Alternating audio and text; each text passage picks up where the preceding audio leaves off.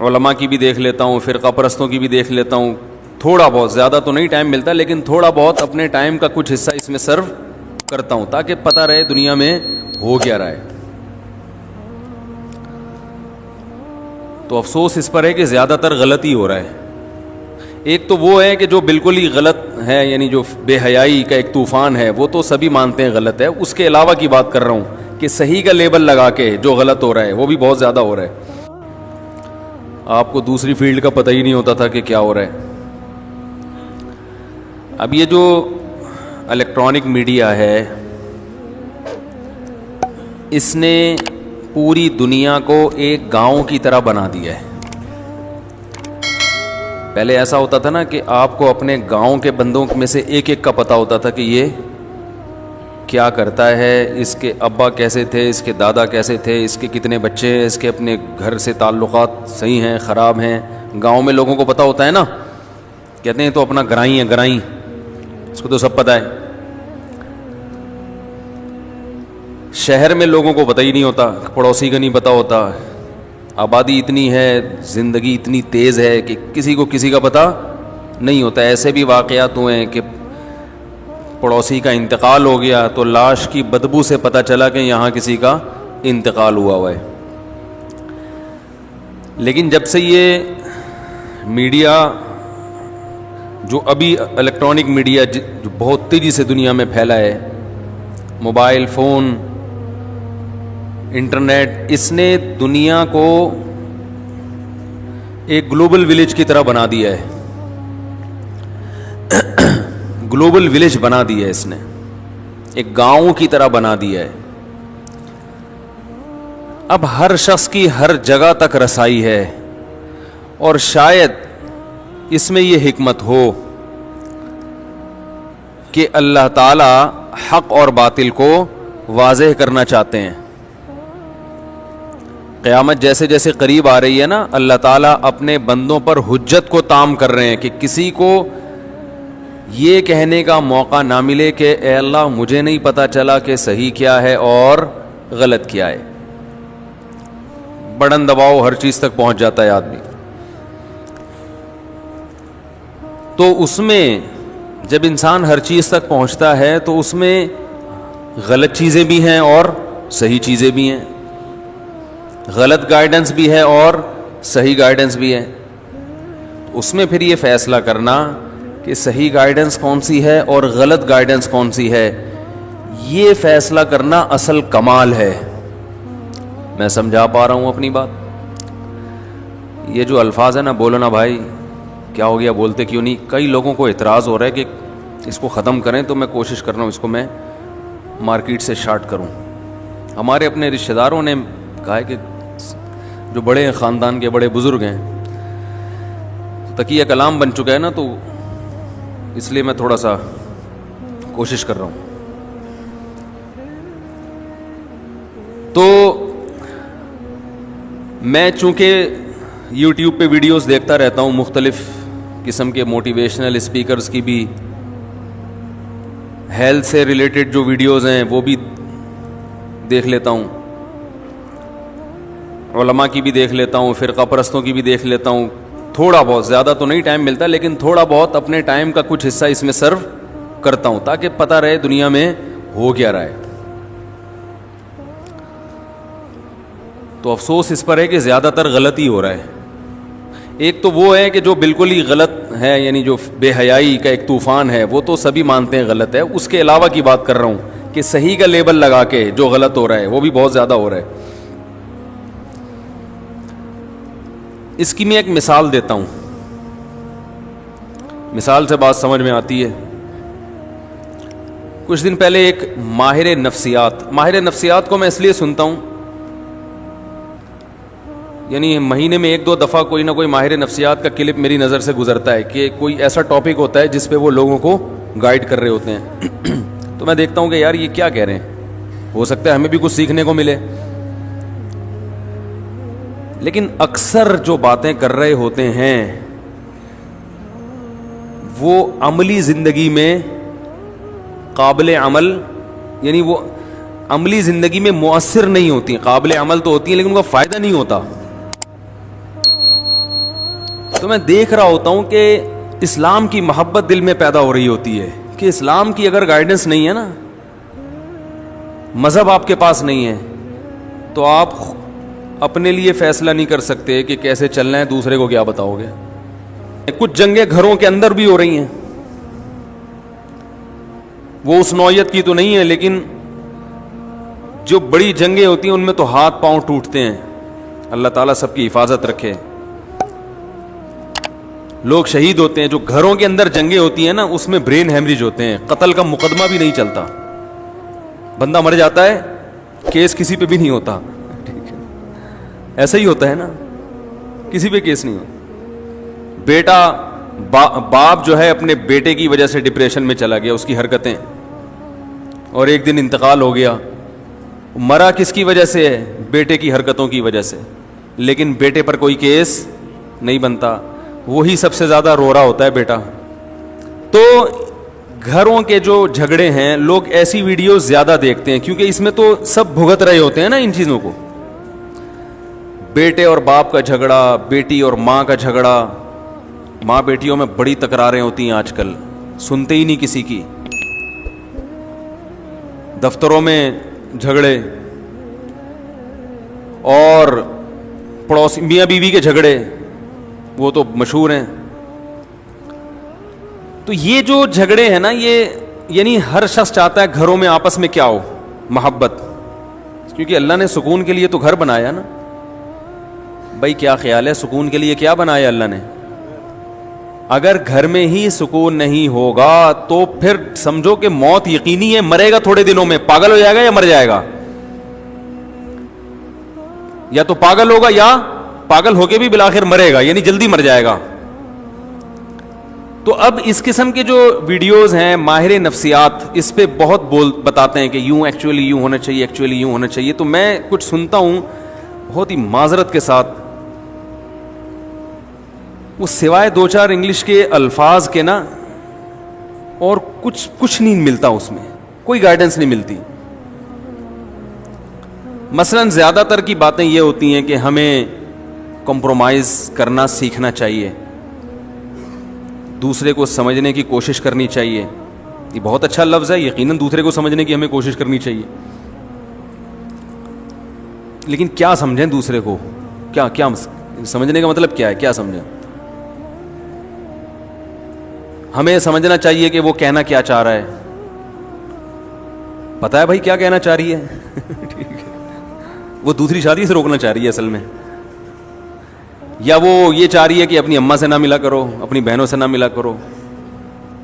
یہ کیا چاہ رہا ہے؟ تو بہرحال اب میں زیادہ ڈیٹیل میں نہیں جاتا, لیکن یہ کہ ایک اصولی بات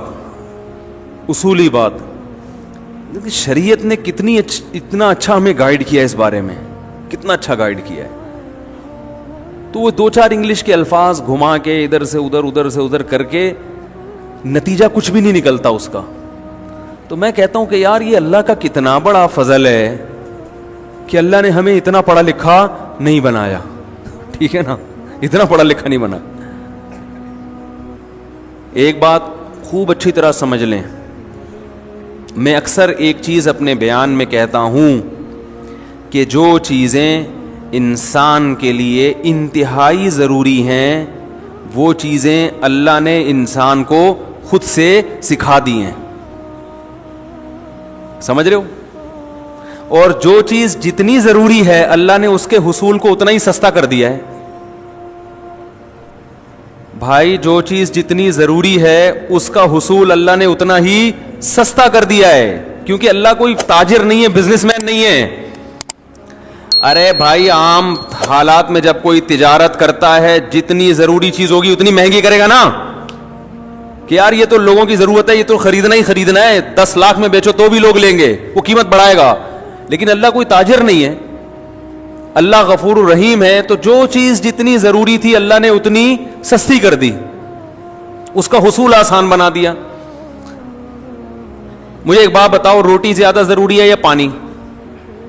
اچھا پہلے تو ایک بات بتاؤ, روٹی زیادہ ضروری ہے یا گھر اور گاڑی؟ روٹی. سو تو فٹ پاتھ پہ بھی جائے گا آدمی, تو روٹی کا حصول آسان ہے یا گھر کا؟ روٹی کا آسان ہے. حالانکہ روٹی کے بننے میں قدرت یعنی روٹی کا بننے کا پروسیس بہت مشکل ہے. گھر بنتا ہے سیمنٹ اور بجری سے, جو اسی زمین سے نکلتا ہے بغیر کسی کوئی زیادہ اس میں کوئی کلاکاریاں نہیں ہوتی, اور گھر مٹی کا بھی بن جاتا ہے. یہیں سے گارا اٹھاؤ, پانی ڈالو, بھوسا ڈالو اور اینٹیں بنا کے اور پتھر لا کے فٹ کر دو, گھر بن جائے گا. لیکن گھر بنانا مشکل ہے. روٹی کھانا, روٹی کا حصول آسان. حالانکہ گندم کے بننے کا جو پروسیس ہے وہ بہت مشکل ہے. وہ تو ابھی تک سائنسدان پڑھ رہے ہیں کہ کیسے بنتی ہے. ابھی تک پورا مسئلہ وہ حل نہیں ہوا ہے کہ گندم بنتی کیسے ہے, یعنی کیا کیا عمل ہوتا ہے. پودے کو اور نباتات کو مکمل تھوڑی پڑھا گیا اب تک.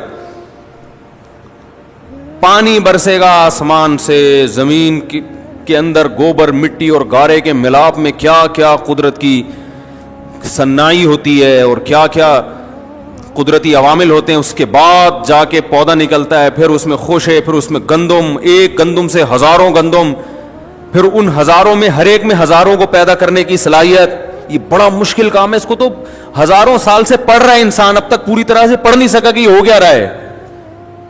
کتنا مشکل پروسیس, مگر اللہ نے ہمارے لیے بہت آسان. اللہ نے کہا یہ تمہیں نہیں کرنا, تم نے خالی بیج ڈالنا ہے, پانی برسے گا آسمان سے اور میں ہزاروں گندم پیدا کر دوں گا, کھاؤ, پراٹھے بنا بنا کے کھاؤ. ہم نے بھی سو پراٹھا کھایا الحمدللہ. حکیم صاحب نے بولا یہ گلا صحیح نہیں ہوگا جب تک پراٹھا, میرا گلا ابھی بھی بیٹھا ہوا ہے. انہوں نے کہا پراٹھے وراٹھے چھوڑے. ہم نے کہا دنیا چھوڑ دے گا, پراٹھا نہیں چھوڑے گا. دنیا چھوڑ دیں گے, پراٹھا نہیں. ناشتے کا مزہ ہی نہیں ہے بھائی. تو لیکن خیر چھوڑنا پڑے گا. ٹھیک ہے. تو کتنا مشکل پروسیس ہے, مگر قدرت نے ہمارے لیے بہت سستا کر دیا کہ ایک سے ایک ہزاروں پیدا ہوں گے. یعنی رزق کی کمی کا کوئی سوال پیدا نہیں ہوتا. اگر رزق کی کمی ہو رہی تو ہماری اپنی حماقت سے نا, کسان بیج ہی نہیں ڈال رہا گندم, یا گورنمنٹ پانی نہیں دے رہی اس کو, ڈیم ہی نہیں بنا رہی, تو وہ تو حکومت کی نااہلی ہے نا, وہ تو حکومت کی نااہلی ہے. اور حکومت ہم ہی بناتے ہیں تو ہماری نااہلی ہو گئی.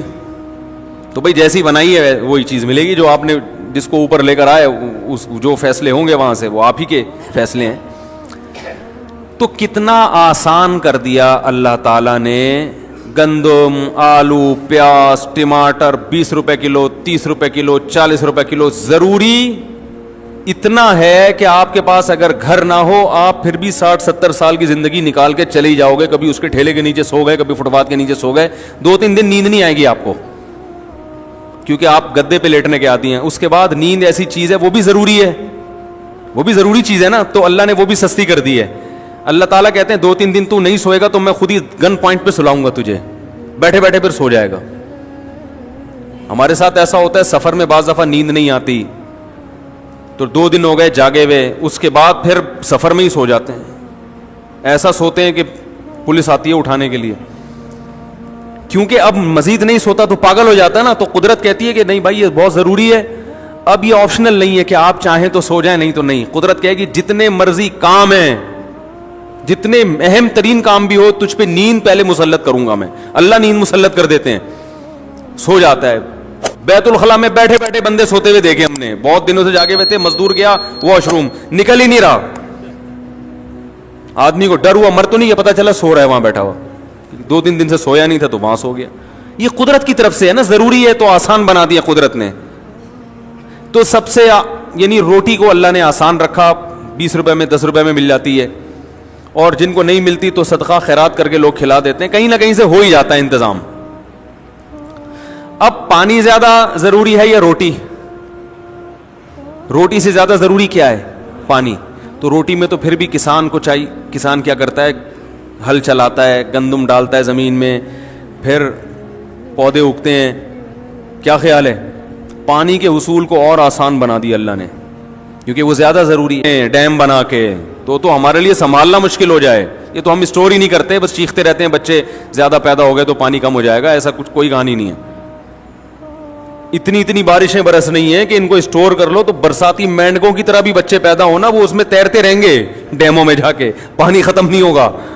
یہ جاہل لوگ ہیں جو ہم پر مسلط ہو کے ہمیں سکھا رہے ہیں کہ کیلکولیشن غلط کر کے بتا رہے ہیں کہ اتنا پانی زمین میں نیچے جا رہا ہے, اتنا اوپر جا رہا ہے. یہ پاگل لوگ ہیں, سینسلیس لوگ ہیں, زیادہ پڑھ لکھ گئے نا, زیادہ پڑھ لکھ گئے ہیں. تو پانی سے زیادہ کیا ضروری ہے؟ ہوا, سانس. کیا خیال ہے بھائی, پانی سے زیادہ کیا ضروری ہے؟ پانی تو میرے بھائی دن میں 2-3 گلاس بھی پی لو تو چل جائے گا آدمی. لہذا اللہ نے اس میں ہمیں یہ کہا ہے کہ ارادہ کر کے پیو, جاؤ, پوستیوں کو نہیں ملے گا. پڑے میں بیٹھے ہوئے پیاس لگ رہی ہے, اٹھ کے کولر کی طرف نہیں جا رہے, تو اتنی محنت کر, اتنا سستا بھی نہیں ہے کہ کوئی تمہارے منہ میں پائپ لگا کے جائے. وہ ہمارے حضرت ایک سست آدمی کا واقعہ بیان کیا کرتے تھے کہ 2 سست آدمی لیٹے ہوئے تھے, تو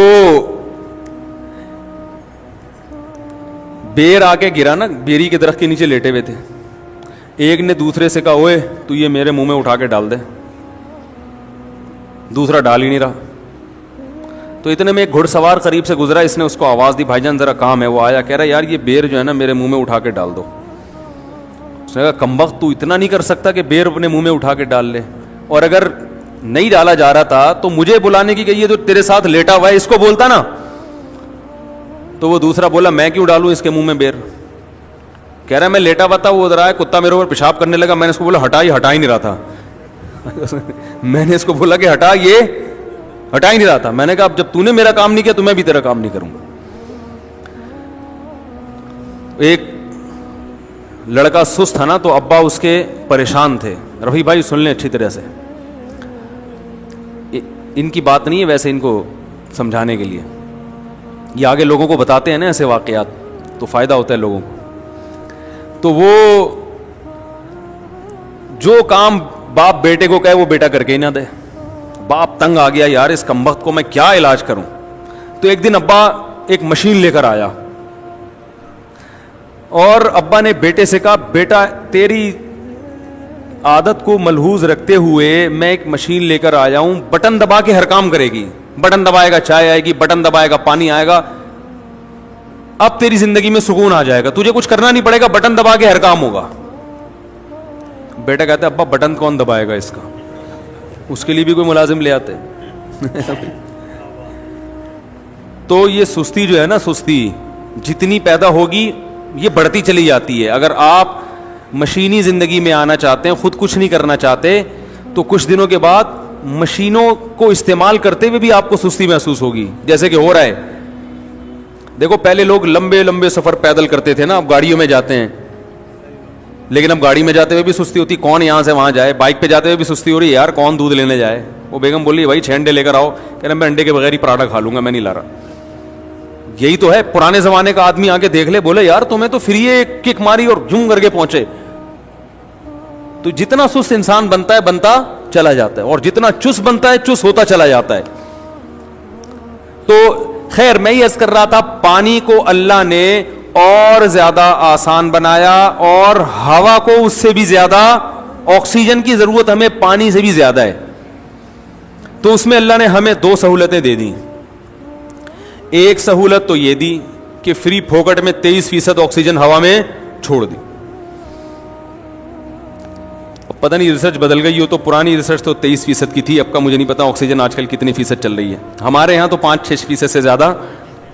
یہ سوئٹزرلینڈ کی رپورٹ پیش کی ہے سائنسدانوں نے کہ ہوا میں آکسیجن کا تناسب کتنا ہوتا ہے. لیاری کے پانی کا پتہ ہے نا فارمولا, ہائیڈروجن ڈائی آکسائڈ ہے نا جو عام پانی ہوتا ہے. تو کسی نے لیاری کے اسٹوڈنٹ سے پوچھا کہ پانی کا فارمولا بتاؤ, اس نے کہا NH4Cl کر کے کچھ بنا دیا. اس نے کہا یہ کیا, اس نے کہا لیاری کے پانی کا یہی فارمولا ہے. وہ جو ہائیڈروجن ڈائی آکسائڈ ہے نا, وہ پانی ہے جو آسمان سے نازل ہوا اور آپ نے گلاس میں جمع کر لیا, وہیں سے درمیان میں اس کو کہیں گرنے نہیں دیا. تو آکسیجن کا حصول اللہ نے اور بھی زیادہ آسان بنا دیا. اگر اللہ ہوا میں فری میں چھوڑ دیتا اتنا بھی کافی نہیں تھا, ہمیں یوں کہہ دیتا کہ سانس لوگے تو پھیپڑوں میں جائے گا, تو ہم تو سارا دن بیٹھ کے سانس ہی لیتے رہتے. بھائی ذرا مجھے سانس لینے دو, ایسے ایسے سانس لیتے, پھر بات کر کے تھوڑی دیر کے لیے پاز کا بٹن دبا دیتے, اتنی دیر میں ہمارے پھیپھڑے پھڑپڑانا شروع کر دیتے. تو اللہ نے کہا یہ بہت ضروری, تو یہ تمہارے ارادے کے بغیر تمہارے پھیپھڑوں میں جائے گی. تمہیں سانس نہیں لینا ہو تو اس کے لیے تو ارادہ کرنا پڑے گا, سانس لینے کے لیے ارادے کی ضرورت, بولو نا یار, پھر آگے نا بولو نا یار, سانس لینے کے لیے ارادے کی ضرورت نہیں ہے. تو یاد رکھو گھر میں محبت سے رہنا یہ بھی ہماری ضرورت ہے. گھر جو ہے نا, گھر یہ سکون کے لیے بنایا اللہ نے. جعل لکم من انفسکم ازواجا لتسکنوا الیہا. گھر بنتا ہے نکاح کے بعد, گھر بنتا ہے نا بھئی, شادی ہوتی ہے تو ایک گھر آباد ہوتا ہے, پھر بچے پیدا ہوتے ہیں تو ایک گھر کا وجود. گھر کوئی بحریہ ٹاؤن کے بنگلوں کو تھوڑی کہتے ہیں, گھر کا مطلب بھائی, ورنہ تو ہوٹل بھی ہوتے ہیں, بڑے بڑے ہوٹل ہیں بالکل بنگلوں جیسے ہوتے ہیں, لیکن وہ گھر نہیں کہلاتے, وہ ہوٹل کہلاتے ہیں. تو گھر کا مطلب جہاں ریلیشن ہو, جہاں تعلق ہو, محبت ہو, کوئی آپ کا انتظار کرے, کوئی کسی کا آپ انتظار کرو, کوئی آپ کے ماتحت ہو, آپ کسی کے ماتحت ہو, یہ ایک جو ریلیشن قائم ہوتا ہے, اٹ از کالڈ گھر. کیا خیال ہے؟ اٹ از کالڈ گھر. وہی جو ہوم اور ہاؤس کا فرق ہے. ہاؤسنگ اسکیم ہوتی ہے, ہومنگ اسکیم میں نے اب تک نہیں سنی. وجہ اس کی یہ کہ وہ بحریہ ٹاؤن والے کہتے ہیں ہم ہاؤس بنا کے دے سکتے ہیں, ہوم بنانا یہ آپ کی ذمہ داری ہے, یہ ہمارے بس میں تھوڑی ہے. ایسا ہی ہوتا ہے نا بھائی, ہاؤس کو ہوم بنانا یہ کس کی ذمہ داری ہے؟ یہ کوئی بلڈر کا کام تھوڑی ہے. تو اللہ تعالی نے گھر جو رکھا ہے نا, گھر یہ جانوروں کو بھی دیے ہیں. بہت سے جانور گھر بنا کے رہتے ہیں. شیر کی کچھار ہوتی ہے, وہ شکار کر کے آتا ہے, ادھر ادھر دہشت گردی کر کے آ کے جب سکون سے بیٹھنا ہوتا ہے, جہاں اس کو کوئی چیتا پیتا چھیڑے نہیں, تو اس کے لیے کہاں داخل ہو جاتا ہے وہ, اپنی خود ہی بول لیا کریں تاکہ وہ کچھار میں داخل ہو جاتا ہے. سانپ جب خطرہ محسوس کرتے ہیں کہاں گھستے ہیں؟ بل میں. اور اگر وہاں سانپ نہیں بیٹھے ہوئے, اس کو تانے دینے کے لیے بیٹھی بھی ہو, وہ بل میں گھسے گا؟ بولو بھائی, نہیں جائے گا. وہ سانپ بل میں گھس کے آتا اس لیے کہ یار یہاں یہ اپنا ٹھکانا ہے, سکون ملے گا, یہاں آرام سے تمیز سے زندگی گزاریں گے, جب بھوک لگے گی یا کوئی مسئلہ ہوگا باہر نکلیں گے, انجوائے کریں گے, یہ سکون کی جگہ ہے. چوہے اپنے بلوں میں گھستے ہیں, بلیاں بھی گھر بناتی ہیں اپنا ٹھکانہ. جب بچوں کی پیدائش کا وقت آتا ہے بلی کی, تو وہ کوئی سوٹیبل جگہ تلاش کرتی ہے جہاں اپنے بچوں کی اچھی طرح سے تربیت کر سکے. بلوں کے خطرات سے انسانی نما بلے بھی اس کو پریشان نہ کریں, اور جو سچی مچی کے بلے ہیں وہ بھی پریشان نہ کریں. تو بڑے تمیز سے. خرگوش بھی ایسا ہی کرتی, خرگوش کی جو مادہ ہے وہ بھی ایسا ہی کرتی ہے. وہ تو باقاعدہ ڈیکوریٹ کرتی ہے اپنے گھر کو. جب بچے دینے کا وقت آتا ہے تو اپنے جسم کے بال نوچ کے کارپٹ کی طرح زمین پہ بچھا دیتی ہے, ٹیمپریچر مینٹین رکھتی ہے, بہت کچھ کر کے اس کو پتا ہے میرے بچے یہاں سکون, اطمینان اور امن اور شانتی کے ساتھ پلیں گے. تو بھائی جو انسان جو تہذیب میں سب سے آگے ہے, گھر اس کی بھی ضرورت ہے. جعل لکم من بیوتکم سکنا, اللہ نے قرآن میں کہا اللہ کی یہ نعمت ہے کہ اس نے تمہارے گھروں کو ٹھکانہ بنایا, سکون کی, مسکنت کی, رہنے کی جگہ بنایا. پرندوں کے گھونسلے ہوتے ہیں, سارا دن آؤٹنگ کر کے, جاب کر کے, شام کو اپنے گھونسلے کی طرف لوٹتے ہیں. اب چڑا آیا شام کو اپنے گھونسلے کی طرف, چڑیا نے منہ بنا کے رکھا ہوا ہے وہاں پہ, تمیز سے بات ہی نہیں کر رہی ہیں. کبوتر آیا, 12 گھنٹے کی ڈیوٹی کبوتروں میں, 12 گھنٹے کی. ان کے یہاں لیڈیز بھی جاب کرتی ہیں کبوتروں میں. 12 گھنٹے کبوتر, 12 گھنٹے شاید گوروں نے یہیں سے لیا ہو. تو اب وہ جب آیا اور کبوتری کا منہ بنا ہوا ہے, وہ تمیز سے بات ہی نہیں کر رہی کبوتر سے. بولی تو کیا باجرہ لے کر آیا ہے؟